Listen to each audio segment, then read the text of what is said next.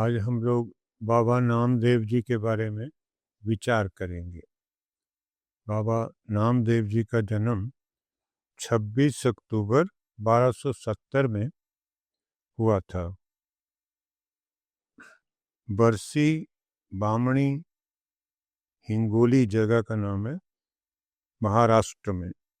वहाँ पे इनका जन्म हुआ था। इनकी पत्नी का नाम राजाई था। संत नामदेव जी महाराष्ट्र के बहुत बड़े संत हुए हैं और इनके बारे में बताया जाता है कि एक बार इनके गांव में राजा ने एक बहुत बड़ा शिव मंदिर बनाया। वहाँ सब लोग जा रहे थे लेकिन इनको घुसने नहीं दिया गया क्योंकि ये छोटी जाति के थे। तो पंडितों ने वहाँ पे इनको अंदर नहीं जाने दिया। ये कोशिश कर रहे थे लेकिन इनको धक्के मार के बाहर निकाल दिया गया। बड़े दुखी हुए तो ये मंदिर के सामने जाके थोड़ी दूर पे बैठ गए। वहाँ समाधि लगा ली। वहाँ भी पंडित आ गए, कहते मंदिर के सामने आप नहीं बैठ सकते। बहुत दुखी हुए। फिर इन्होंने सोचा कि मैं मंदिर की पिछले तरफ बैक साइड में बैठ जाता हूँ। तो ये मंदिर के पिछली साइड में जाके बैठ गए थोड़ी दूर पे। तो भगवान को इन्होंने बहुत गिला किया कि ये पंडिया जो हैं ये मुझे घुसने नहीं दे रहे मंदिर में और मैं क्या कर सकता हूँ, बहुत दुखी हूँ। तो भगवान ने ऐसी करामात की कि पूरा मंदिर जो है घूम गया और मंदिर का फेस इनकी तरफ हो गया जहाँ ये बैठे थे। ये बड़ी अचंभे की बात थी। सारे परेशान हो गए, ये क्या हो गया। पंडित भी बड़े परेशान हो गए। तो ये नामदेव जी की बहुत बड़ी जीत थी। फिर वहाँ पे लोगों ने नामदेव जी की मूर्ति बना दी। जहाँ ये बैठे हुए थे वहाँ पे मूर्ति बना दी गई और आज भी मूर्ति है वहाँ पे जहाँ ये बैठे थे। और मंदिर उसी तरह जहाँ ये बैठे थे उसी तरफ घूम गया। सारे मंदिर पूर्व दिशा में होते हैं, ये मंदिर पश्चिम दिशा में हो गया। आर्किटेक्ट्स ने बताया कि हाँ वाकई ये मंदिर घूमा हुआ है। नीचे जो नींव है उसके पत्थर दूसरी साइड में चलते हैं और ये दूसरी साइड में चलता है।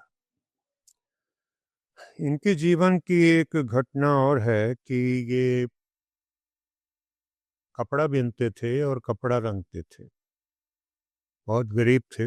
रोज का रोज जो काम करते थे उसके हिसाब से इनके घर खाना बनता था।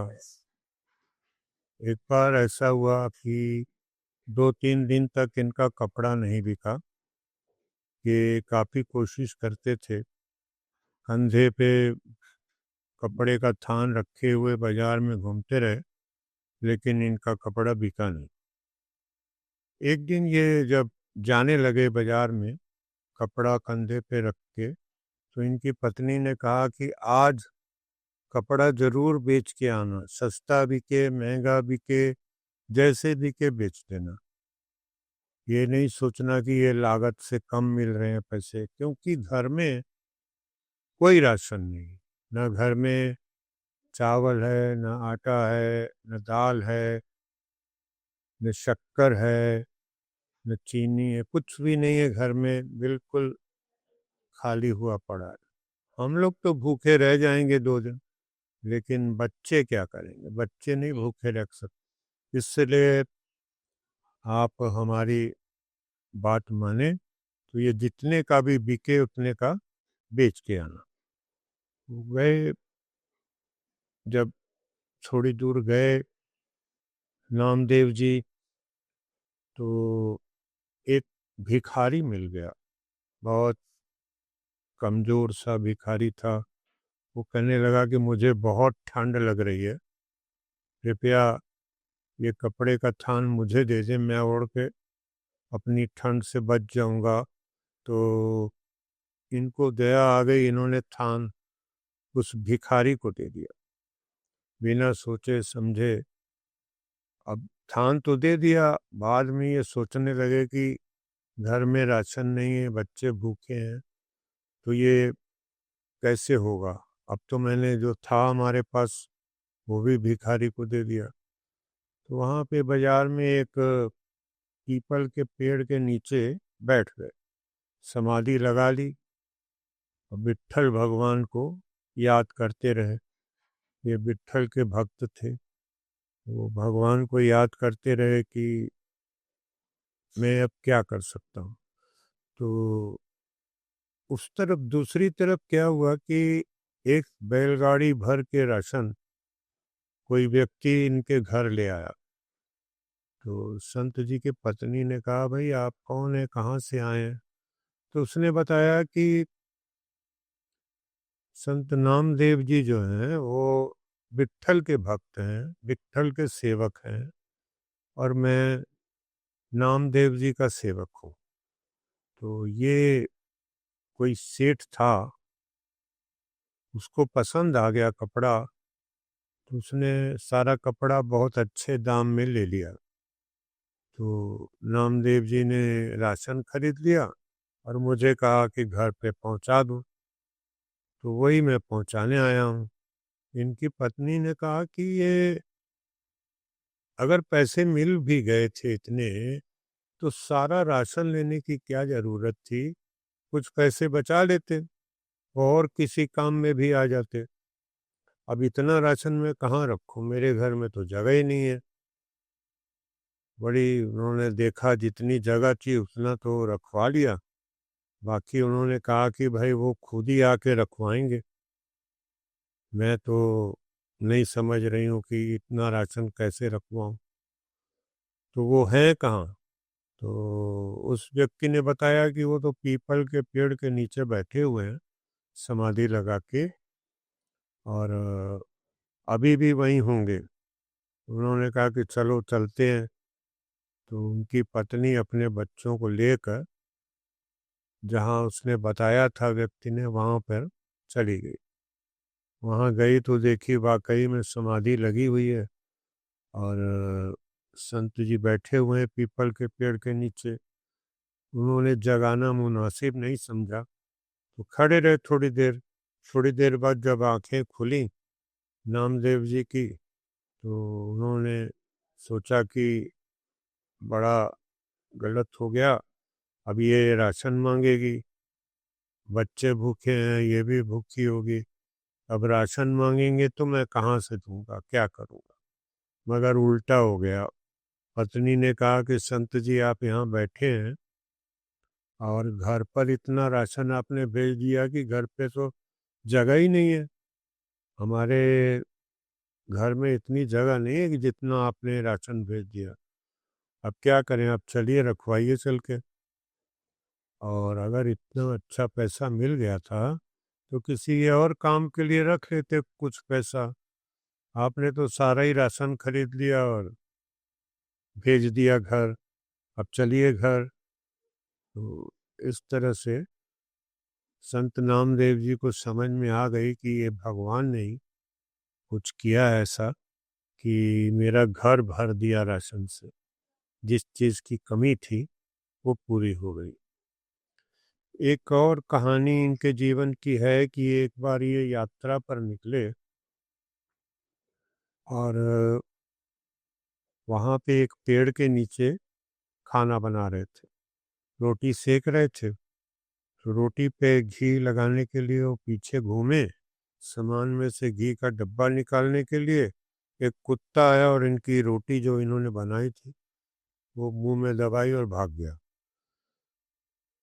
तो इन्होंने देख तो लिया कुत्ता जा रहा है, तो ये घी का डब्बा लेके उसके पीछे पीछे भागे कि कुत्ते से कहते हैं, महाराज रुको, घी भी लगा लो, सूखी रोटी कैसे खाओगे। तो ये आप ही के लिए घी रखा था, आप ही को भोग लगाना था, आप लेके भाग रहे हैं। आगे जाके कुत्ता रुक गया, इनको भगवान के दर्शन हुए, कुत्ते में भगवान के दर्शन हुए। ये बड़ी अचंभे की बात थी लोगों के लिए। नामदेव जी और भगत त्रिलोचन जी आपस में बड़े अच्छे मित्र थे। रोज सवेरे त्रिलोचन जी सवेरे सवेरे नामदेव जी के घर आ जाते थे और दोनों मित्र मिलकर भगवान का भजन गाते थे। एक बार त्रिलोचन जी ने कहा कि नामदेव जी, आपको इतनी बार भगवान के दर्शन हुए हैं, आप एक बार मुझे भी करवा दीजिए दर्शन। तो नामदेव जी ने भगवान से प्रार्थना की, मेरा दोस्त बहुत अच्छा है, ये आए गए संतों का बड़ा ख्याल रखता है, दान पुण्य भी बहुत करता है, आप इसको भी दर्शन दे दीजिए। भगवान ने कहा मैं दर्शन तो दे दूंगा, लेकिन वो मुझे पहचानेगा या नहीं पहचानेगा मुझे पता नहीं। तो उन्होंने नामदेव जी के कहने पे नौकर का रूप धारण करके इनके घर नौकरी की। बालक था, अंतर्यामी उसका नाम था। वो नौकर की इनको ज़रूरत थी, तो वो इनके घर नौकरी करने लगा और वो असल में भगवान दर्शन देने आए थे। इन्होंने पहचाना नहीं और वो फिर चले गए। बाद में इनको लगा कि हमसे बड़ी गलती हो गई, वो भगवान ही थे।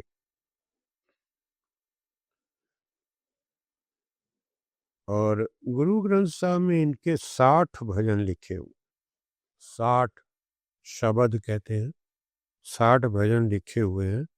और इनको काफ़ी अच्छा स्थान दिया गया है गुरु ग्रंथ साहब में। और इनके कुछ उपदेश हैं जो इस प्रकार हैं। नामदेव जी ने जो उपदेश दिए लोगों को वो इस प्रकार है। वो कहते हैं सब गोविंद है, सब गोविंद है, गोविंद बिन नहीं कोई। भगवान के बिना कुछ भी नहीं है, सारा भगवान का ही है। एक होकर भी सब में है, भगवान एक होकर भी सबके अंदर है। एक तागे में कितने मोती पिरोए जाते हैं, तागा एक ही होता है। जब माला बनाई जाती है तो जो तागा होता है वो समझ लीजिए भगवान है, और कितने मोती उसमें पिरोए जाते हैं वो हम सब हैं।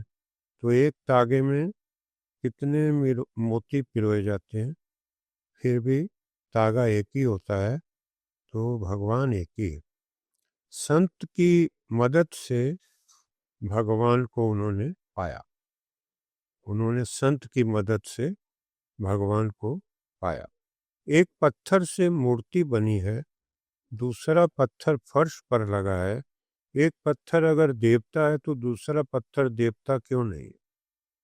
इन्होंने प्रश्न किया कि एक पत्थर जो है उससे मूर्ति बन गई, दूसरा पत्थर जो है फर्श पे लगा हुआ है, तो अगर वो पत्थर मूर्ति वाला भगवान है, देवता है, तो जो फर्श पे लगा है वो देवता क्यों नहीं? भगवान को अपने अंदर खोजो। ये कहते हैं कि भगवान को अपने अंदर खोजो, बाहर खोजने की जरूरत नहीं है। भगवान दूर नहीं है बल्कि बहुत पास है। भगवान को न मंदिर में न मस्जिद में, अपने अंदर ही खोजो। एक भगवान ने ही सबको पैदा किया है। सबको किसने पैदा किया? एक भगवान ने सबको पैदा किया। असली तीर्थ आपके अंदर ही है। परमात्मा सब जानता है, सब कुछ जानता है। आप जो भी कर्म कर रहे हैं, दुनिया में जो भी हो रहा है, परमात्मा सब कुछ जानता है। धन्यवाद।